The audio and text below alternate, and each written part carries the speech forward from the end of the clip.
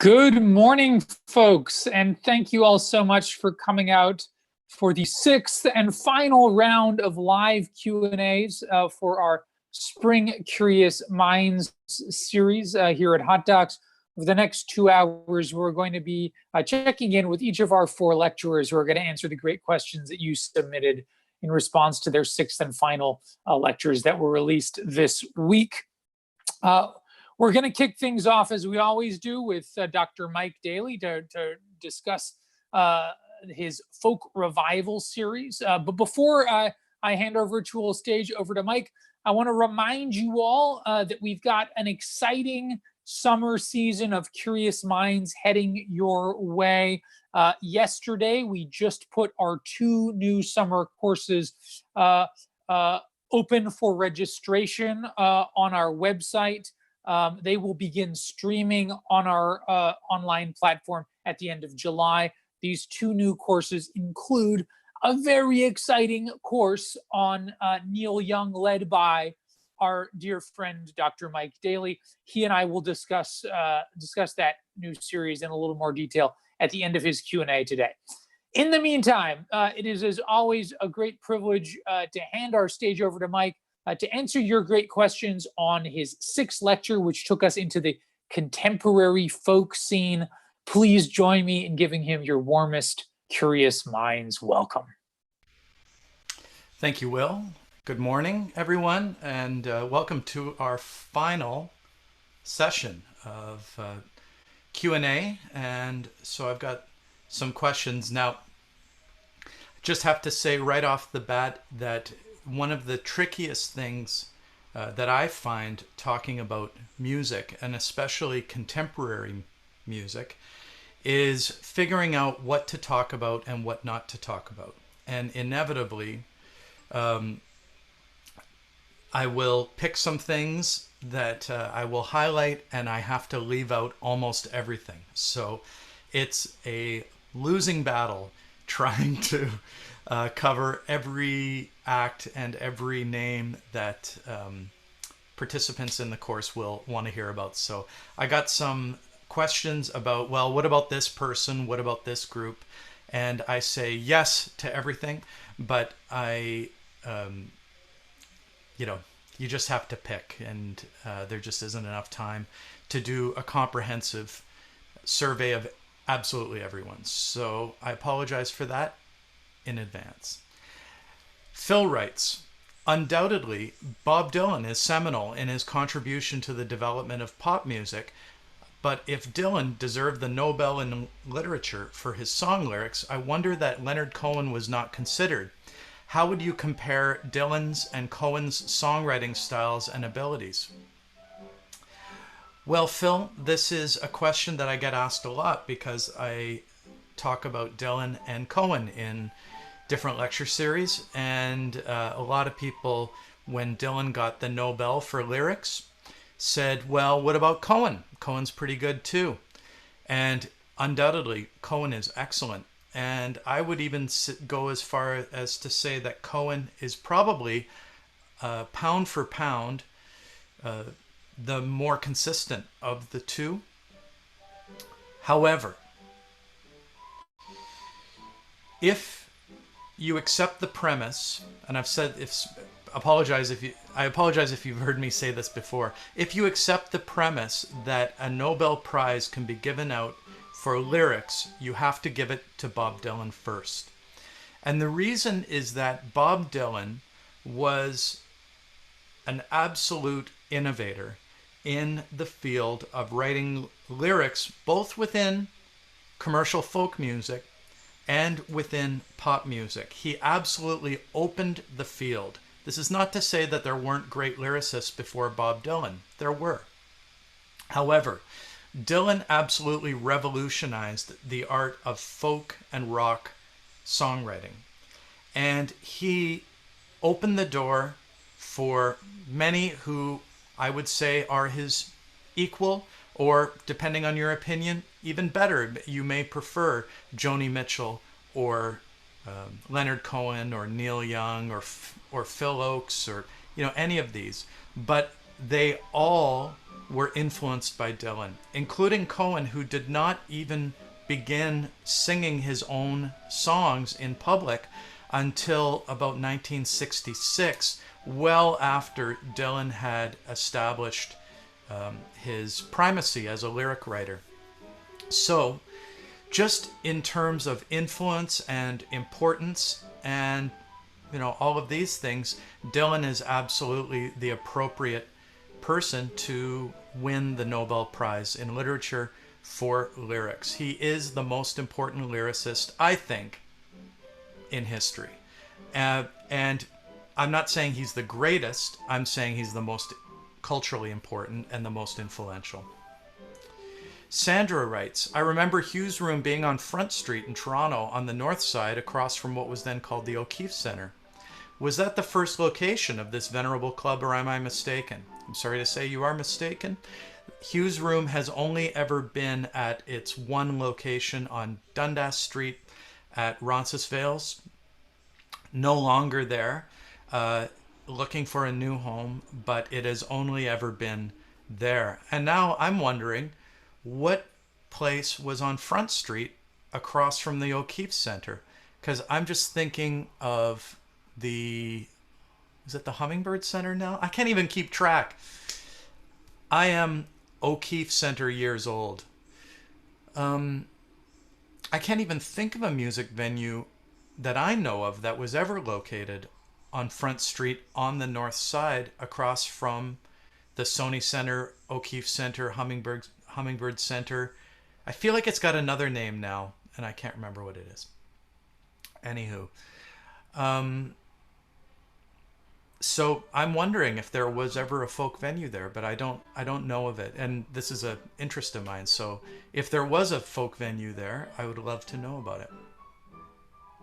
Howard writes, about 10 years ago, I attended the Winnipeg Folk Festival. Absolutely a great event, and one of our longest running folk festivals in Canada.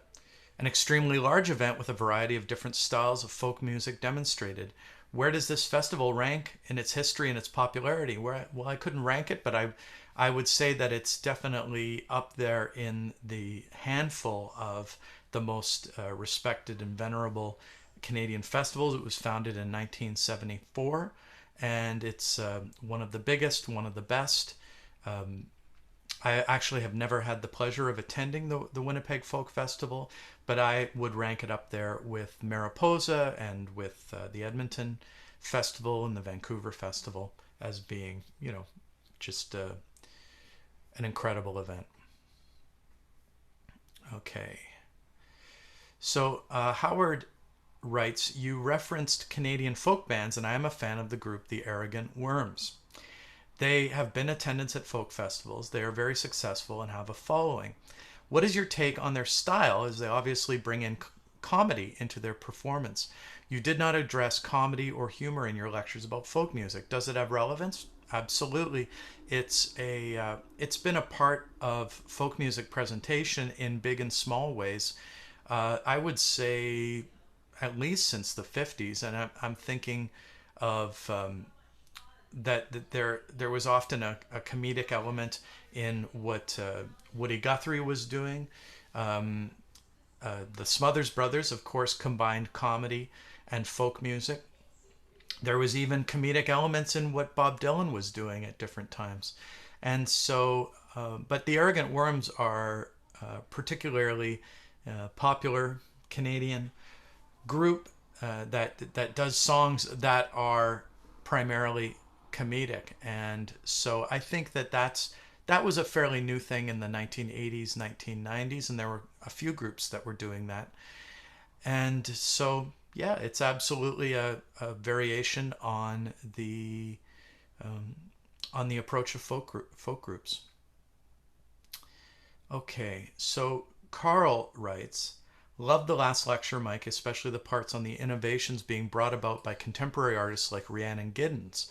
How do you see folk music evolving in the 21st century? How might Giddens and her contemporaries inspire future generations to create new subgenres and sounds within the broader folk genre? Well, I think Rhiannon Giddens is a good example of a younger artist who is exploring historical styles in a new way. And I think that one of the interesting things that she did, along with the Carolina Chocolate Drops, was as a black artist to reclaim black folk traditions that were almost lost and were basically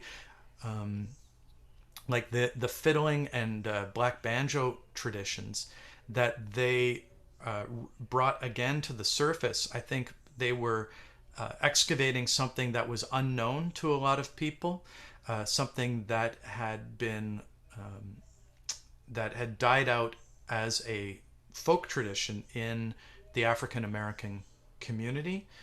I think that especially the history of black banjoists is a fascinating one that that has been lost because of the connotations of the banjo being co-opted in the blackface minstrel show made the banjo a less popular instrument with African Americans. And so to reclaim it and to do it in an explicitly historicizing way that she does, I think that's a great trend and something that I think we'll be seeing more of. And this connects to the way that I would answer your larger question. And how do I see folk music evolving in the 21st century? I think that when I started playing music, there were limited routes by which I could learn about different styles of music. And so, for example, I grew up in Burlington, and we had 2 or 3 record stores, and you would go into the record store and you'd go into the folk section, and it was very small, and the records that were there were very mainstream. And so there were all kinds of streams of music that I knew nothing about, and I had very little way of learning more about it. There were books in the library, but I couldn't hear the music. And so to be able to actually hear this music, it's never been a better time than right now for this, because of the internet and because of the fact that every day people are taking cylinders, 78s, they are digitizing them, they are uploading them. Different institutions are doing this. There was a huge cylinder preservation project that was done by the Library of Congress, where they've taken these recordings that nobody would have bothered doing an album reissue of these, because 4 people would have bought it. These are extremely old recordings that have an extremely small area of interest, but because on the internet it's so cheap and easy to share music, this means that if you get interested in a forgotten style or a lost style that's been preserved in any way, you can do a deep dive into it. You can go as far as you want to go, and you can connect with other people all over the world who are also interested in that very narrow kind of music. And so I think that what we're going to see in the 21st century is that we're going to see a lot more exploration of historical styles, and that it's going to become much more diverse. I also think that because of the digital technologies for manipulating and disseminating music, we're going to see more of the kind of thing that I talked about with remixes of traditional recordings of traditional folk music, and that more people are going to be using this music which is available to them, and especially with older recordings that are in the public domain, that more and more people are using that music as the raw material for new music. And so I think that's a great sign. I also think that as we become, I argued, talking about the 50s folk revival, that one of the reasons that that people were so so craving the kind of direct connection that comes with singing together, playing together, the Platonic ideal of the hootenanny as being this kind of non-commercial gathering of song sharing, that people wanted that at the precise moment that our world was becoming more technologized, that it was becoming more electronic, and that culture was becoming more top-down. That we craved that authentic connection, and that the folk revival for a time provided that. And I think that there is going to be increasingly, as we become more technologized, and in the present moment of all of us talking to each other on screens, I think that there's a great craving for that kind of connection, for that authentic connection, for traditional music. I think that we may see, as a result of the increasing technologization, I don't even know if that's a word, but the increasing digitization of our world, that traditional arts may come back with a vengeance, and we may in fact see another folk revival in the next 10 to 20 years. I would not be surprised in the least. So I think that about covers it. Now, I do want to mention about just want to talk for a minute about the upcoming course that I'm offering on Neil Young. Oh, there's Will, and then he went away. He's back. Keep it coming, Mike. Yes, tell everyone about. Give us a little preview of what we can expect from Neil Young. It's in some ways, I think, it'll really dovetail nicely with the story you told in this series. Yeah, Neil Young is interesting because he is an artist who is very famous and very successful, and yet there is something anti-commercial about him. There is something about Neil Young that goes against the grain of the sort of commodified capitalist music business, that he somehow has managed to forge an authentic connection to his fans. And he's done this by often doing things that seem like career suicide. I think he's such an interesting artist because he's so uncompromising and he's so brave. He is willing to anger his fans again and again in the pursuit of keeping things fresh artistically. And so I think because the way that he's done that has shown tremendous respect for his fans. And they have rewarded him with unprecedented loyalty. So I think that, when I've talked about Bob Dylan, when I've talked about Leonard Cohen and Joni Mitchell, I think that all of those three artists, as great as they are, there have been periods in their career where they blinked. Like they got scared that they were going to be not relevant, and then they did something that was designed to sort of pander to the people. I feel like Neil Young has never done that. And so I find that's a big theme in this course. He's a fascinating artist, whether you like all of his music or not. Just to look at his career and to take it all in, which is what I like to do with the Words and Music series, of which I've done Bob Dylan, Leonard Cohen, and Joni Mitchell, as we discussed, is to try to get our heads around the Bob whole Dylan career. Yeah, to get our heads around the whole careers of these artists. And I think that I've found with this one, he's one of the most fascinating, and there's something stubbornly Canadian about him. And part of what I try to do is explore what that would even mean in this context. Mm-hmm. So Absolutely. Yes. Yeah. I mean, just from our chat so far, it seems as though, a lot of the interesting themes you've explored in this series, the sort of the tension between the commercial elements of folk music and then the political traditions, in a weird, Neil becomes an interesting case study in light of those themes that you you explored there. You're certainly going to talk about his political engagement. Oh yeah. Mhm. Well, and his engagement also goes beyond politics. I mean, he has become very politically engaged in recent years, but he's become a huge advocate, for things like fighting against the degradation of consumer music formats.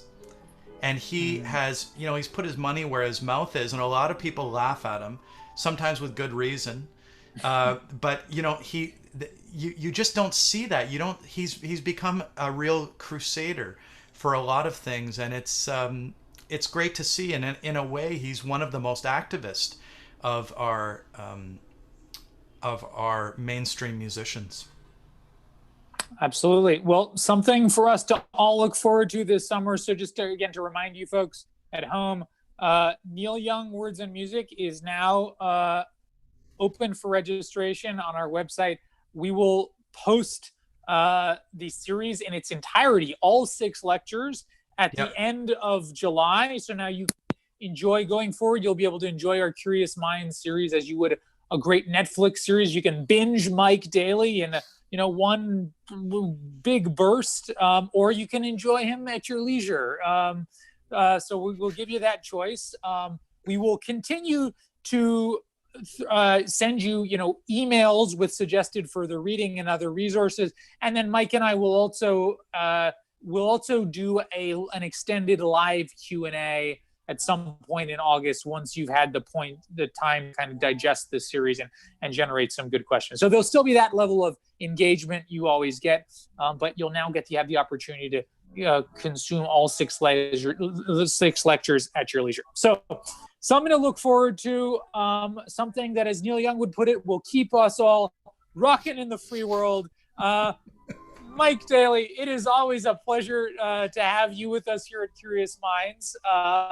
Thank you so much for taking us on a fascinating journey through the history of the folk revival, and we look forward to seeing you back again very soon. Thank you, Will, and thanks everyone. All right, take care, Mike. Cheers.